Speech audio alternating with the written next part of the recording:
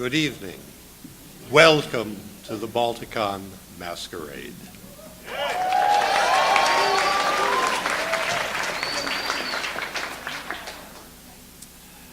For those of you who have never been here before,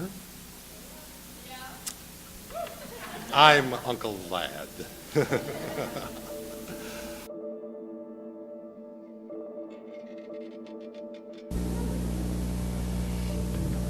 For me.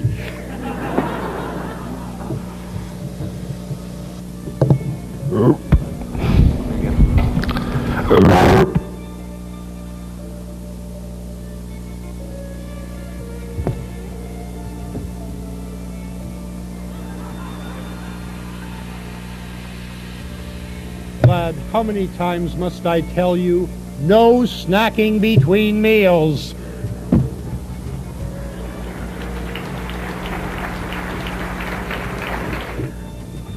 Masquerades don't just happen. I get all the fun, I get all the glory, I get to be a vampire and flirt with people and try to keep Vlad out of the blood and, if necessary, tell bad jokes.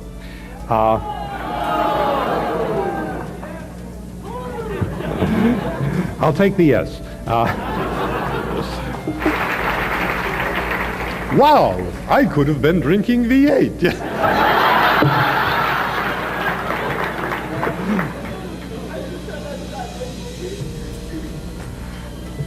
It's not just typo.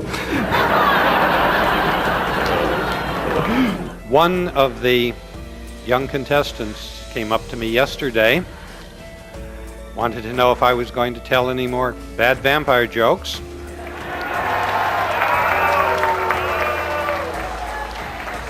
I said I wasn't sure. She said, well, I have one for you. She was about 7. Thought I'd share it with you tonight. She said, yes, I must. How many vampires does it take to change a light bulb?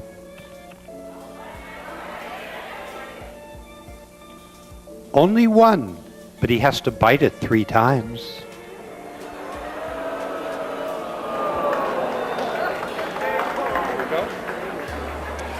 Okay, remember, came from a 7-year-old. On that note,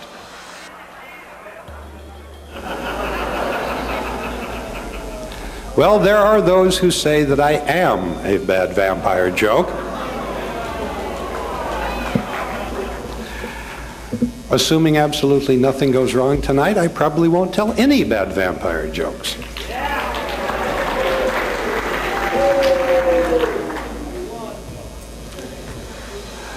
Well, okay.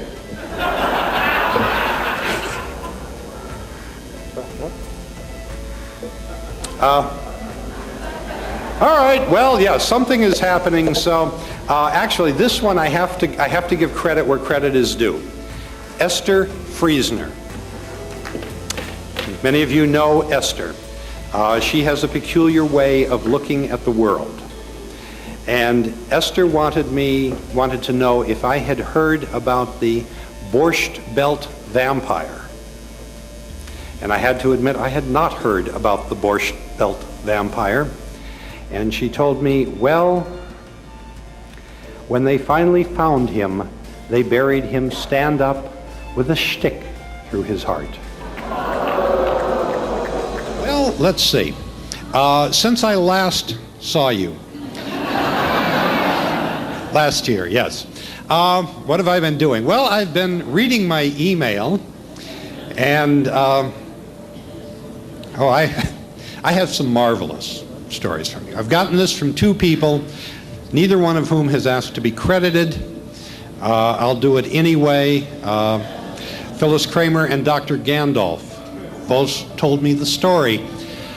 Seems though a vampire bat came in one night dripping blood, just covered in blood. Flaps into the cave, hangs himself up on the wall.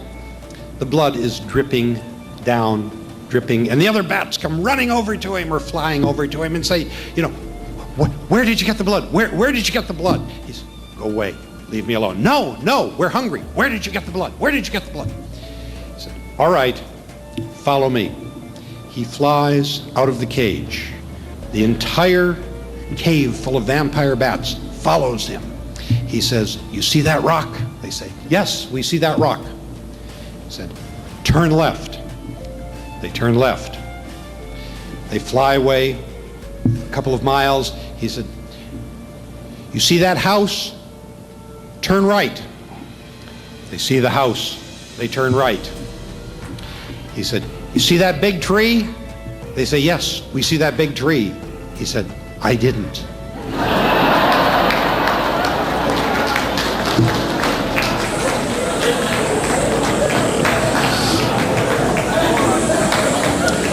You'd better hope I don't have to tell the story our con chair sent me.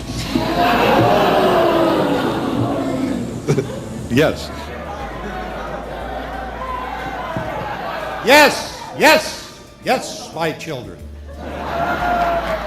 Children of the night, shut up.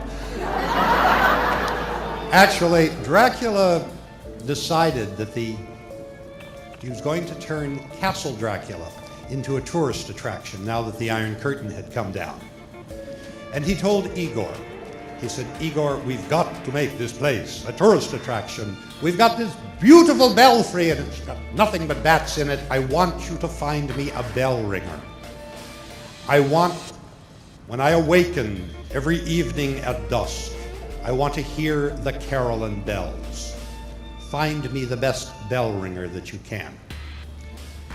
So Igor advertised in the local paper, sent out flyers, and posted notices on the website. The man showed up, and he had no arms. And he said, I'm applying for the job of bell ringer. And Igor looked at him and he said, without arms? How can you ring the bells? The man said, take me to the bell tower. So Igor and the armless man climb up to the bell tower, and the man rushes headlong at the bells and strikes it with his face. And he begins to play the most beautiful carillon music, running at the bells, smashing his face into the bells, until finally, just as the sun goes down, he runs at the last bell and misses, and falls out of the tower and crashes to the ground.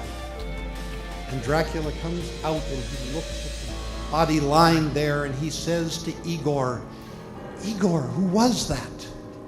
And Igor says, I don't know, master, but his face rings a bell.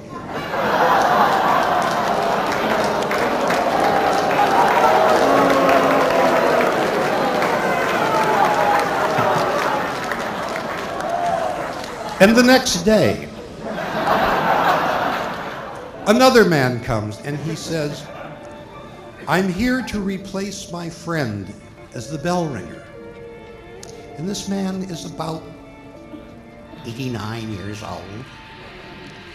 And he doesn't look like he can make it up the stairs to the bell tower. But he says, no, that was my friend who always wanted to ring the bells. And, well, I want to dedicate to his memory, and I want to ring your bells. So Igor takes him up just before dusk, and the old man begins pulling on the ropes, and he does a very creditable job ringing the bells until just at dusk he pulls on the last bell rope and clutches his heart and drops over, dead. And Dracula comes up and looks at Igor and says, all right, Igor, who is that man? And Igor says, I don't know, master, but he's a dead ringer for the guy who was here yesterday.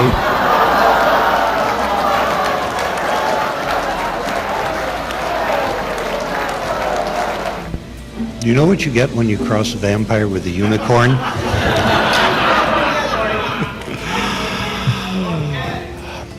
A horny sucker with a thing for virgins.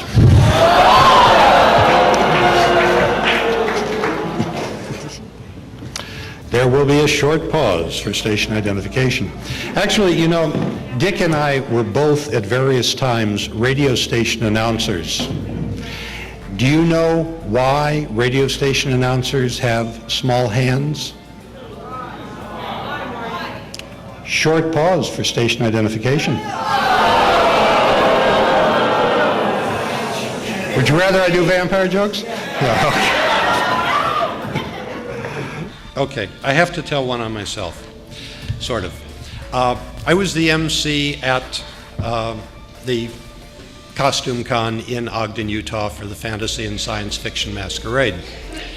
And some of you may know Larry Schroeder from time to time talks to me in this ear.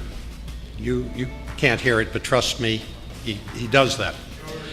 And well, either that or I'm hearing somebody up on high. But anyway, Larry wasn't out at Ogden, but his opposite number was. And somebody had decided that Marty should take part in shtick.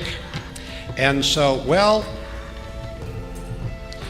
Marty unplugged himself to take part in the shtick. And then came back to start with the next entry and heard a voice say, "Marty, stall."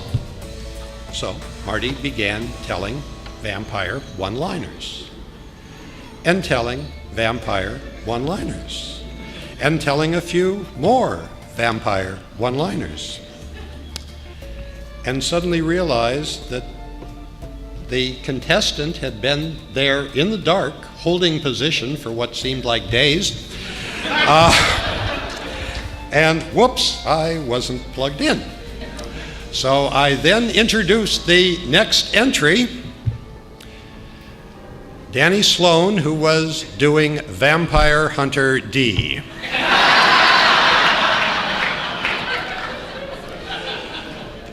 Danny did not attack me with that very large sword, for which I am eternally grateful.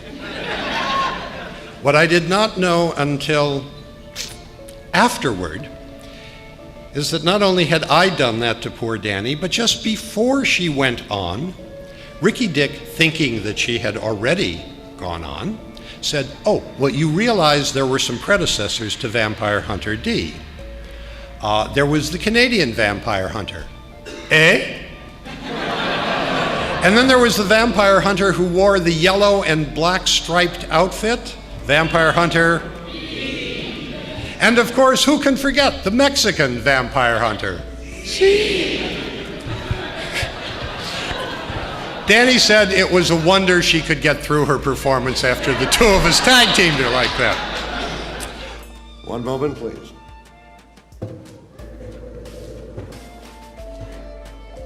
No, I did not fall off the stage, but we're doing our best not to do that anymore.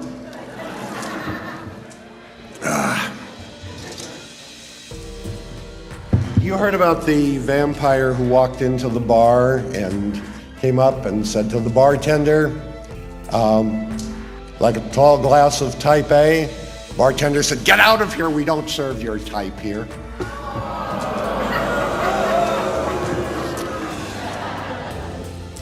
There was a battle back in prehistory, and the Sidhe, the fairies, the fae, whatever you want to call them, and mankind, and it was not a pretty sight. And mankind was winning. And Oberon, king of the fae, went to his vampires, and he said, "I want you to go find the leaders of these humans. But no, I don't want you to kill them. I don't want you to rip their throats out. I want you to come in at night and just take little bites, little bit, just enough blood that they become stupid and lazy." And of course, we did what our Lord bid. And that's how man went down to the Sidhe and sips.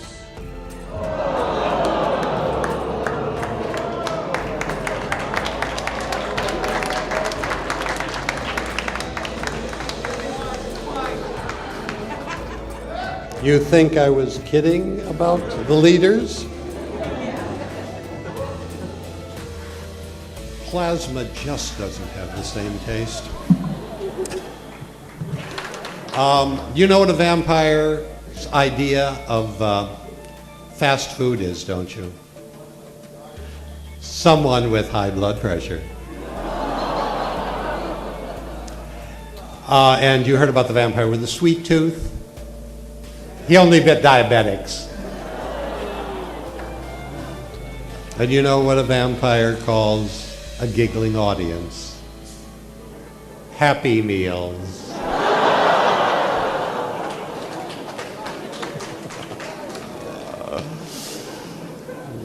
You know why vampires like to hang around country and western bars? They're full of rednecks.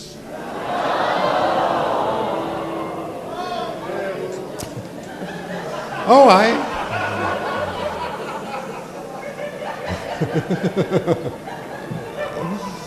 You heard about the vampire who worked for the CIA, didn't you? He was an expert in cryptology.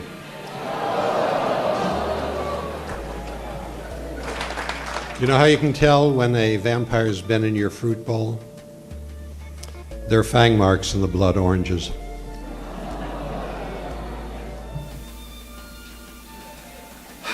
You know what a vampire's favorite circus act is? The jugglers. You kill me! I'd love to. Humanity. I'm strangely fond of humanity, and in spite of my better judgment, is something I find very attractive, and I can't think what it is. Oh, yes. Blood. You know, I get interesting letters from people. Latest one is, Uncle Vlad, is it true that vampires have near-life experiences?